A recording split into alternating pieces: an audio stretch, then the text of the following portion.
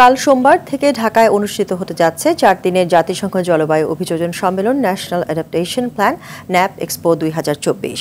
বঙ্গবন্ধু আন্তর্জাতিক সম্মেলন কেন্দ্রে এক্সপো চলবে 25 এপ্রিল পর্যন্ত। এক্সপোর উদ্বোধন করবেন প্রধানমন্ত্রী শেখ হাসিনা। দুপুরে বিআইসিসিতে আয়োজিত সংবাদ সম্মেলনে এসব তথ্য জানান পরিবেশ, বন ও জলবায়ু পরিবর্তন মন্ত্রী সাবের হোসেন চৌধুরী। তিনি জানান, এবার এক্সপোতে অংশগ্রহণের জন্য 104টি দেশের 383 জন ইউএনএফসিসিতে রেজিস্ট্রেশন করেছেন।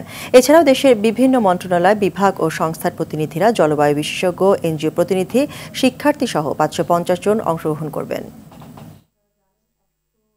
প্রথমবারের মতো সারা বিশ্বে একটা ক্লাইমেট ডেভেলপমেন্ট পার্টনারশিপ আমরা করছি। উন্নয়নকে আমরা জলবায়ু পরিবর্তনের চশমা দিয়ে দেখব।